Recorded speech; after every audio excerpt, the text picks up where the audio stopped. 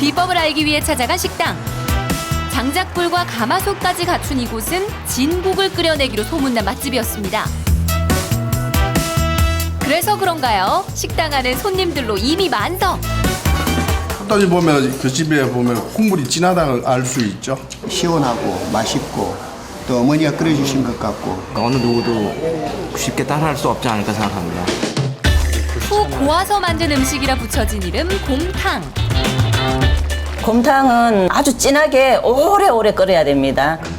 그만큼 중요한 게 바로 정성인데요. 곰탕 좋죠. 근데 집에서는 아이들이 있으니까 장시간 막 우려내고 해야 되는 게 어려워서. 시간도 오래 걸리고 아파트 사니까 또 오래 끓이기가 좀 힘들더라고요. 대체로 끓이는 시간이 오래 걸려 힘들다는 분들이 많았습니다.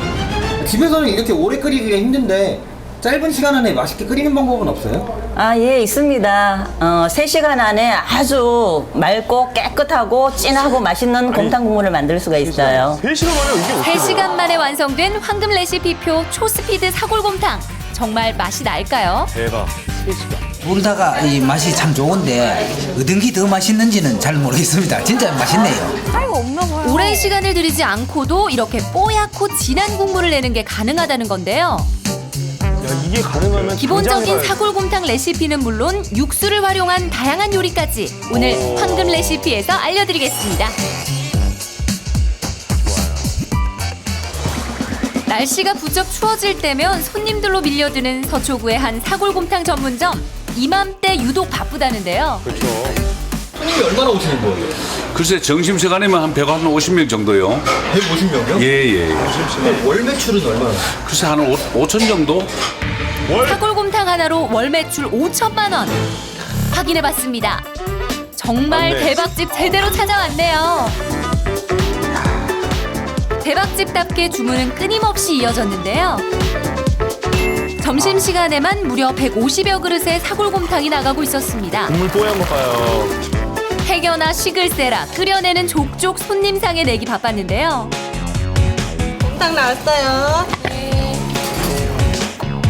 먹는 취향도 가지각색이지만 파를 듬뿍 넣고 국에 밥을 말아 밥 아래 국물이 충분히 배이도록 해두면 아 예쁘다. 이렇게 두툼한 고기 한 점 얹어 한 입에 먹기 딱 좋다는데요.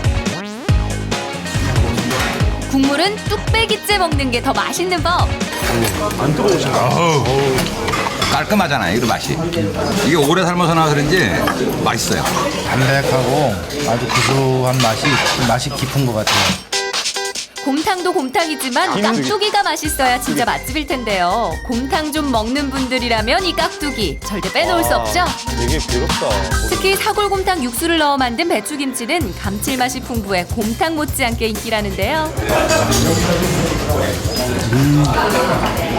사골곰탕 한 그릇, 국물까지 모두 다 비우고 나면 깊고 설거지할 게 진한 없네요. 국물 맛이 온몸으로 퍼져 원기 회복에 그만이죠.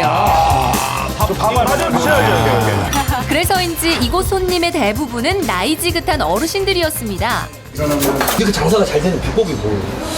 글쎄요 그 가마솥에 장작불에 좋은 한우 쓰고 하니까 손님들이 믿고 많이 찾아오시는 것 같습니다. 이 집의 가장 큰 특징은 매일 아침 가마솥에 사골곰탕을 끓여내는 것. 내일 아침. KBS